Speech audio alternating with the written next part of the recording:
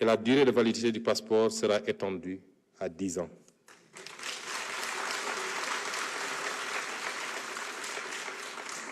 Le gouvernement nommera des magistrats de liaison dans certains postes au-delà de l'entrée judiciaire. Le magistrat de liaison prodiguera des conseils juridiques aux compatriotes tout en les aidant dans les procédures judiciaires. En outre, nous entendons créer les conditions de mise en place d'une banque de la diaspora.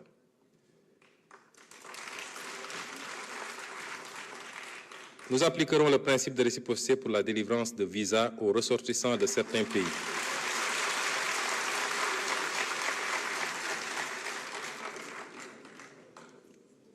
Nous appliquerons le principe de réciprocité pour la délivrance de visas aux ressortissants de certains pays qui l'exigent à nos ressortissants.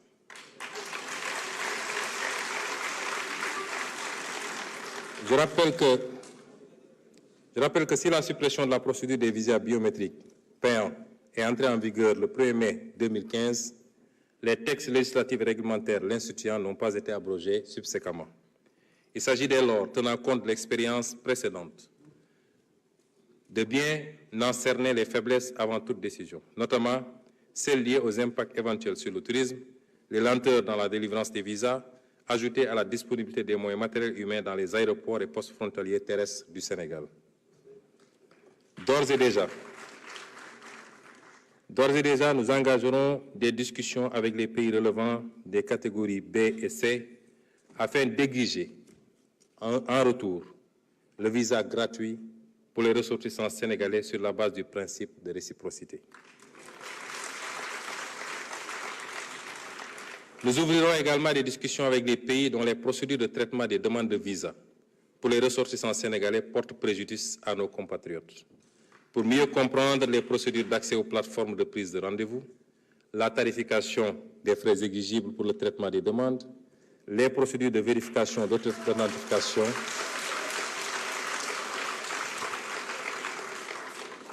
la tarification des frais exigibles pour le traitement des demandes, les procédures de vérification d'authenticité et de transmission des documents d'état civil.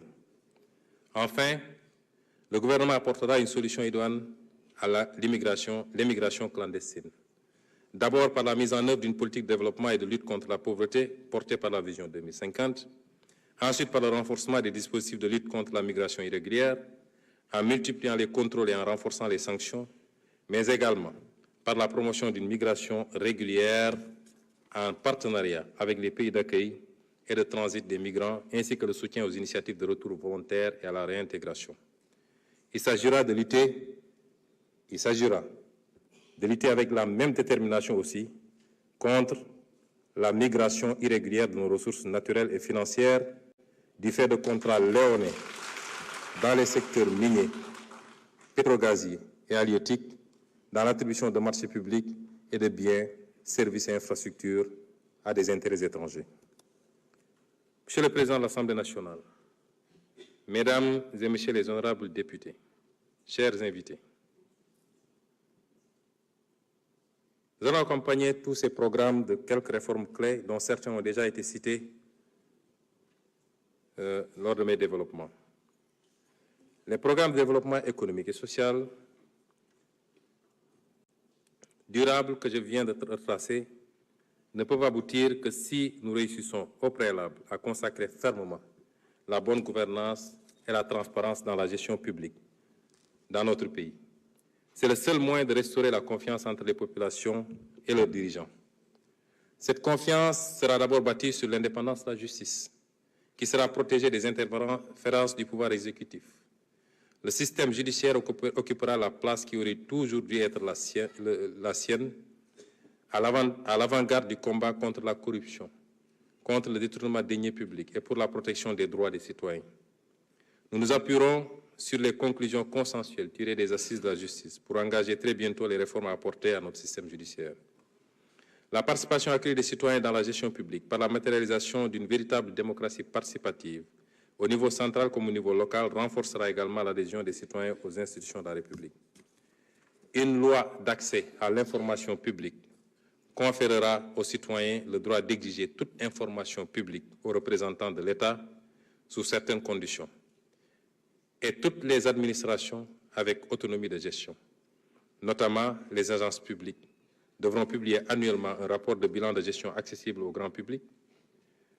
Les rapports d'audit de la Cour des comptes seront également mis à disposition du public dès leur présentation au président de la République pour enrichir le débat démocratique par la connaissance de faits avérés relativement aux modalités de la gestion publique.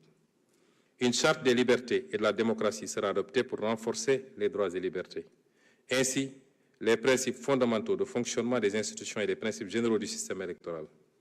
Ce dernier sera amélioré dans le sens d'une crédibilité renforcée pour refléter les choix démocratiques sans interférence, ainsi que d'une meilleure inclusivité en intégrant automatiquement, par exemple, tous les citoyens de plus de 18 ans dans le fichier électoral lorsqu'ils se verront établir une carte nationale d'identité. Les corps de